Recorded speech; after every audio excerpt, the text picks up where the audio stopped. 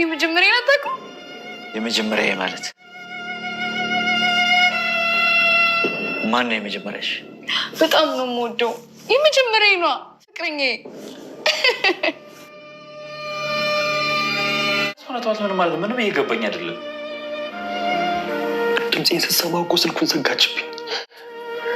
ቆይ ግን እንዴት ሞጌ? ምንም እየገባኝ አይደለም መድብል። ስልኩ እጅ ላይ ነው ያለው። ደውልላት።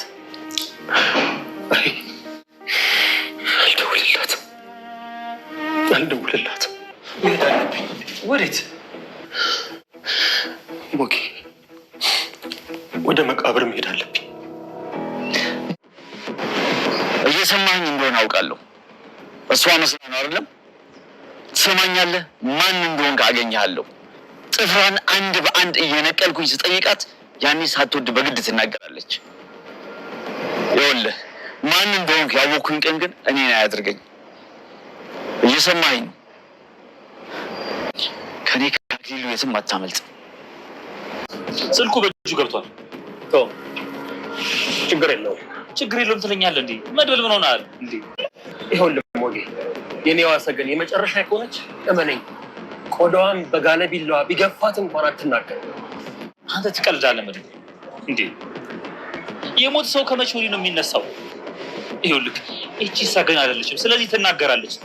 በዛሬ ደግሞ ሲም የወጣበትንም ሰውዬ መደጋለጡ አይቀርም እንዴ? ወይ በእኛ ስም አልወጣም ብለኛ አልነበረም እንዴ? ያው ተነካክቶ እኔ ጋር መድረሱ አይቀርም። እንዳው ፍቅር ይሉታል ስሙን አሳንሰው ከድንጋይ ይበልጣል ለተሸከመው ሰው አለ ያገሬ ሰው ሲተርት ጋይስ። አቤት ፍቅር ኃያል ነው፣ ፍቅር አሸናፊ ነው። እንደ ፍቅር የሰው ልጅ በዚህ ምድር የሚያደክም የለም ጋይስ። ጀግናውን ፈሪ፣ ብርቱን በቃ ሰነፍ በቃ እንዴት ብዬ ልንገራችሁ ጋይስ። በተቃራኒያችሁ አቋም የሚያስቀምጣችሁ የሚያሸንፋችሁ ልባችሁን፣ ሁለመናችሁን፣ አካላታችሁን የሚቆጣጠራችሁ ነገር ቢኖር በዚህ ምድር ላይ የእውነት ማለት ነው ራብም ጥማትም ሊሆን ይችላል። ግን ረሃብ ጥም የሆነ ጊዜ ሰጣችሁ ነገሮችን ትብላችሁ እንደ ሁኔታው ልታልፉት ትችላላችሁ። እንደ ፍቅር ግን ከባድ ነገር የለም። ፍቅር ደም ስራችሁን ሙሉ ተሰውነታችሁን፣ ማንነታችሁን በቃ ሙሉ ማንነታችሁን ነው የሚቆጣጠራችሁ። አእምሯችሁን በቃ ማሰብ፣ ማሰላሰል፣ መሄድ፣ መውጣት፣ መውረድ በቃ ምንም አይነት ነገር እንዳታደርጉ ሙሉ በሙሉ ከተቆጣጠራችሁ እንደ ፍቅር ኃያል የለም። ለዚህ እንግዲህ ማሳየው መድብል ነው። ታያላችሁ እንግዲህ መድብል በጣም ጀግና ጎበዝ አስተዋይ ነገሮችን ከአንዳንድ አርቆ የሚያስብ ለሰዎች ሁሉ መፍትሄ የሚሆን ሰው ነው።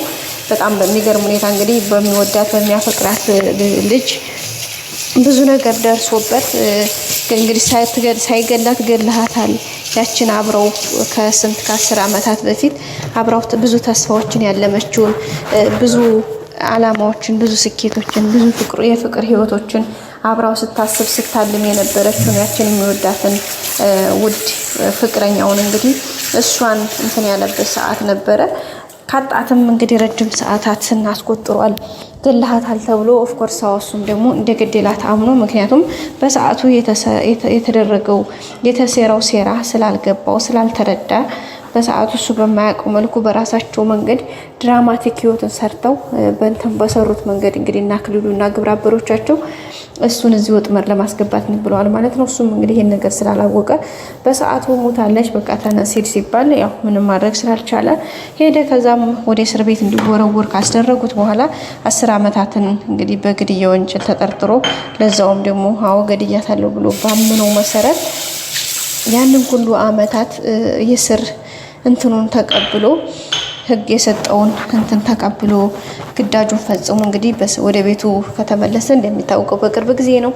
ከዛ ከመጣም በኋላ እንግዲህ ህይወትን ከአንድ ለመጀመር ከዜሮ ለመጀመር ህይወትን ጉዞ ለመጓዝ ብዙ ሙከራዎችን ቢያደርግም አልተሳካለትም። ማለት ልቡ ውስጥ ያለችው የሞተችው እሷ ነችና የሆነ ሰዎችን ቀርቦ ነገሩን ለመርሳት ሁኔታዎችን ላለማስተዋስ ሙከራ ሲያደርግ ግን በምንም አይነት ሁኔታ በሚገርም ሁኔታ መልሶ ቁጥጥሩ ውስጥ ያስገባዋል ማለት ነው። ውድ ቤተሰቦቻችንና በዛ አማካኝነት እንግዲህ ብዙ መስዋዕትነቶችን ከፍሏል። ብዙ ነገሮች ደርሰውበታል። ብዙ ችግሮችን አሳልፏል።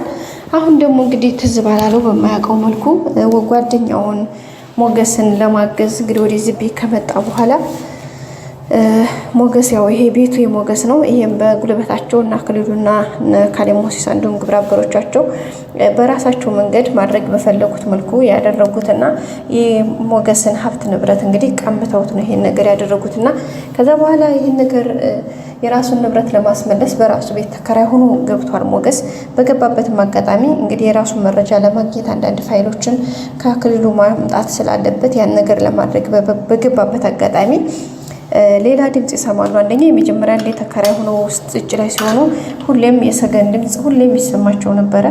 ከዛ ሲደጋገም ደግሞ በሚገርም ሁኔታ እነሱም ወደ ውስጥ አጋጣሚ ገጥሟቸው ገብተው ነበረ። ወደ ውስጥ የገቡት ምንድነው ያው እንዳልኳችሁ እንግዲህ መድብል ታውቃላችሁ።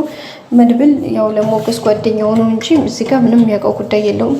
ሰው በዛ አማካኝነት እንግዲህ ሞገስ ወደ ውስጥ ያንን መረጃ ፋይሎቹ ምናምን ለማግኘት በገባበት አጋጣሚ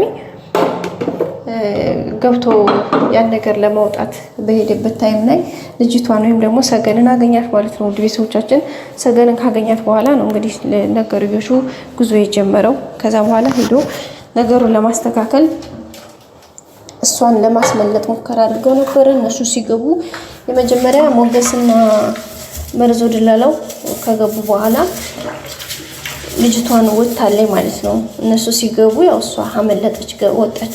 ከዛ ከወጣች በኋላ ግን አክሊሉ እንደዛ ማድረግ አልቻለም። ልጅቱ ስጠፋበት አክሊሉ በጣም የተናደደው ተቆጣ።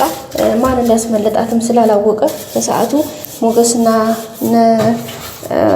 መርዞ ድላላውም አምልጠው ስለነበረ ወጥተው ስለነበረ አላያቸውም። አንድ ከፈተላት አልተረዳም። ከዛ በኋላ ነው ነገሩ እንግዲህ የከበደው። ያው ግን እሱ የራሱ ሰዎች ስላሉት የነ ካሌብ ሞሲሳና የነ ዝና ግብረ አበሮች ስለሆነ ደውሎ እንግዲህ ልጅቱን እንድትያዝለትና እንደጠፋችበት ካሳወቀ በኋላ እነሱ እንግዲህ በሚፈልጉት መልኩ ልጅቱን ተከታትለው ያለችበትን ጠቁመውታል። ያው በጠቆመው መሰረት ሄዶ ልጅቷን አምጥቷታል ማለት ነው። ተመልሶ ወደ ቤት አስገብቷታል። ቤት ከገባይ በኋላ እንግዲህ ስለ ሰቆቃዋ፣ ስለ ችግሯ፣ ስለ ህመሟ እያሳለፈችው ስላለችው ነገር ስለ ልጅቱ አንዳንድ ነገር ያው ሞገስ ለመድብል እንዲያግዘው ከጠራው በኋላ አንዳንድ ነገሮችን አውርቶት ነበረ። ከዛ ከነገረው በኋላ ነው እንግዲህ ነገርዮሽ የጀመረው ማለት ነው። ከዛ በኋላ መድብል እንዴት እንደዚህ ሊሆን ይችላል? ስለዚህ በቃ እቺ ልጅማ ለምን አናድናትም ሞገስ ነው ያለውና ሞገስ በነገራችን ላይ ያው ሄዶ ገብቶ የሚፈልገውን መረጃም አግኝቷል። በባለፈው ከመድብል ጋር ከገቡ በኋላ ያው ተሳክቶለት አግኝቷል መረጃዎችን ማለት ነው። እሱ የሚፈልገው ትልቁ ነገር ያው መረጃውን ማግኘት ነበር። መረጃውን አግኝቷል። መረጃውን ካገኘ በኋላ እንግዲህ የራሱ ብዙ ነገሮች እያለ ነው የሚገኘው። ግን ያው ሞገስ ያው ሁሉም ሰው የራሱን አይደለ ሞገስ ብሏል። ያው መጀመሪያ መድብል ስሟን ሞገስ ለመድብል ሲነግረው የመጀመሪያ የተሰማው ስሜት በስማም በጣም ነበር የሚነዝረው፣ በጣም በሚገርም ሁኔታ ማለት ነውና እንግዲህ ያ ስሟ ራሱ ሲገርመው ከዛ በሁለተኛ ደግሞ አሁን ላይ ድምጿን ከሰማ በኋላ ይሄው መቀመጥ መቆም አቅቶታል። እሱ ብቻ ሳይሆን እሷም የመድብልን ድምጽ ከሰማች በኋላ እያሳለፈች ያለችው ነገር በጣም ከባድ ነው። ምክንያቱም ኦልሬዲ የፍቅር ውስጥ ማለት በህይወት እንዳለች አውቋል ማለት ነው። እንዳለሁኝ እንደታወቀ ማን ነገረው እና ብዙ የሚሉ ነገሮች አእምሮዋ መተውባታል።